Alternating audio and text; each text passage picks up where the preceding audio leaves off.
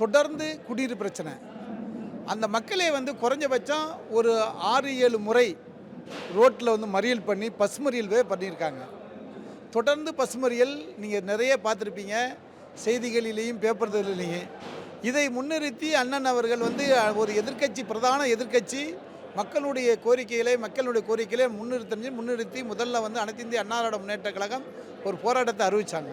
ஜனநாயக முறைப்படி பொதுமக்களுடைய இந்த அரசினுடைய கவனத்திற்கு சென்றிருக்கு. நாங்கள் வந்து கோஷம் போடுறதுக்கு தான் நாங்கள் வந்து ஆர்ப்பாட்டத்துக்கு நாங்கள் தேதி கொடுத்தோம். அதைத்தான் நாங்கள் வந்து பண்ணணும்.